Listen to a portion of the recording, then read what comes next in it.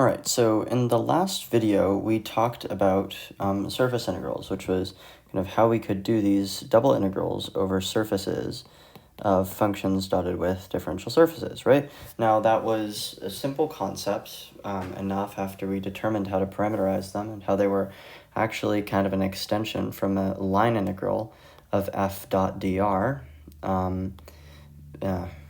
down to some surface integral of f dot ds.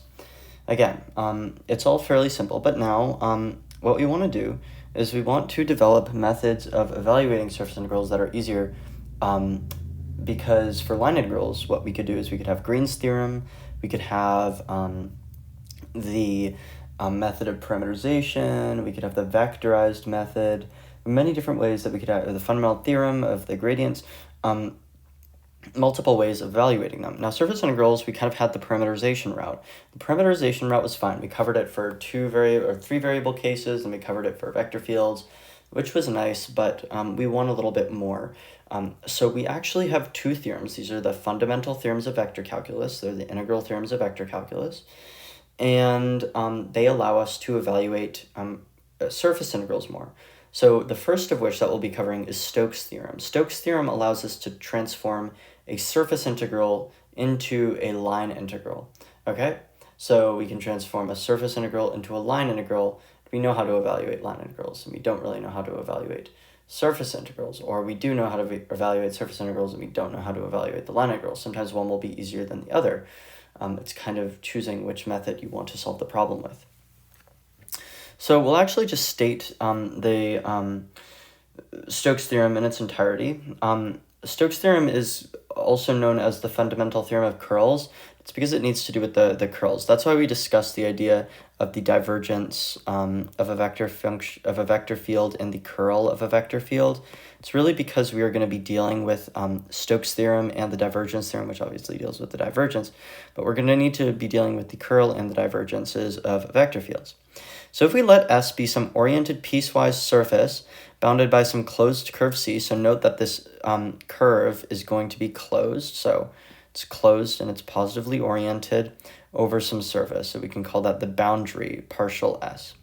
So this says that the closed contour integral of f dr over the boundary of S is equal to the surface integral of S over S of the curl of the vector field dotted into the displacement surface vector. And of course, the displacement surface vector is some small little vector that we assign to each differential area. So we have a differential area here, and we assign it a normal vector.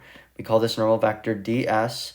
Its magnitude is its direction is normal to the area, so it's oriented, and its magnitude is the length of an area. So this is actually how we can represent an area as a vector, so we can get its direction as well. So that's why we have the dot product there. And we need to note that F is a vector field that has continuous partial derivatives in R3 space. So it has partial derivatives in x, y, and z that are all continuous, okay? So let's try an example. This one comes from the textbook, number 1 from example 8, or from section 8.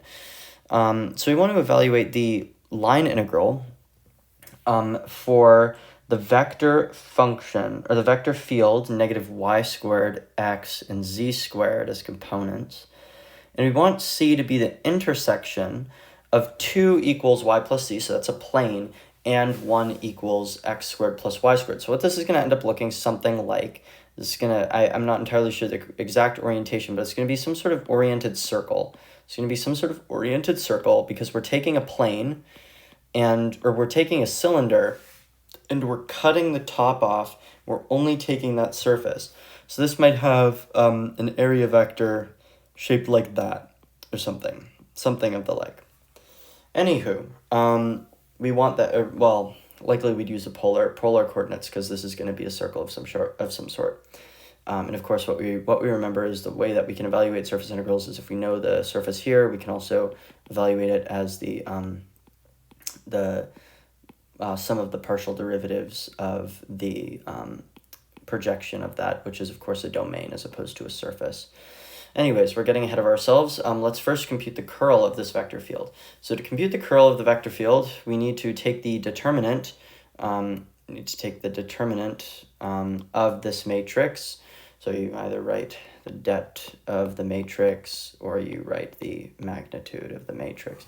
Anywho, if we take the determinant of the matrix and we take it as a vector, we will end up getting 1 plus 2y times the z basis vector. Okay, so what we can do now is we can plug this into Stoke's theorem. We can turn this into a surface integral. So we get the integral of FDR is equal to the integral over the surface of 1 plus 2y e sub z dot ds. Okay, so again, what can we do here? Well, what we can do is we can change the ds into a dA because we have a projection of the surface and we use the formula from last time. So this is now the integral over the domain D of 1 plus 2y. Okay, now what is this now? What is this domain? So we have this kind of thing that was chopped off by a cylinder. So looking down on it straight down, we are going to be seeing a circle. The circle is going to be of radius 1 because it doesn't matter what this is because we know that this is of radius 1. So looking down on it, our oriented surface is going to be of radius 1 when projected into domain. And from that, we can use the elementary differential element for polar coordinates, and we can use the bounds for polar coordinates as long as our radius goes from 0 to 1. Anyways, what we get here is we get the integral from 0 to 2 pi, then the integral from 0 to 1 of, and then, of course, plugging this into the actual polar coordinate with y equals r sine theta, at 1 plus 2r sine theta, r d theta. And you can do that integral out. We are well beyond that point here, and then you get pi, for example. So really what Stokes' theorem allows us to do is it allows us to take a more complicated problem and turn it into a problem that we can do fairly easily with either the use of surface integrals or line integrals. So we did the example where we go from the line integral over to the surface integral. Next time we can go over from the surface integral over to the line integral, where the surface integral might be more complicated to evaluate than the line integral. So of course you might have that situation. And the kicker here actually is that Stokes' theorem is generalized. We're going to see that actually the divergence theorem, which relates surface integrals to triple volume integrals, is actually an extension of what we call generalized Stokes' theorem. So both this Stokes' theorem and the divergence theorem and the fundamental theorem of calculus actually are all parts of the generalized Stokes' theorem. And I'll just write the generalized Stokes' theorem really quickly, but that basically says that the integral over the domain of some volume or boundary called sigma of omega is equal to the integral over sigma of d omega. Now that seems super abstract, but that is fundamentally the idea of the generalized Stokes' theorem. It's what we use for Stokes' theorem, and it is what we use for the divergence theorem as well, and the fundamental theorem of calculus. Anyways, thank you for watching, and in the next video, again, we'll be talking about the reverse procedure for finding the surface integral by means of a line integral. Thanks for watching. We'll see you then.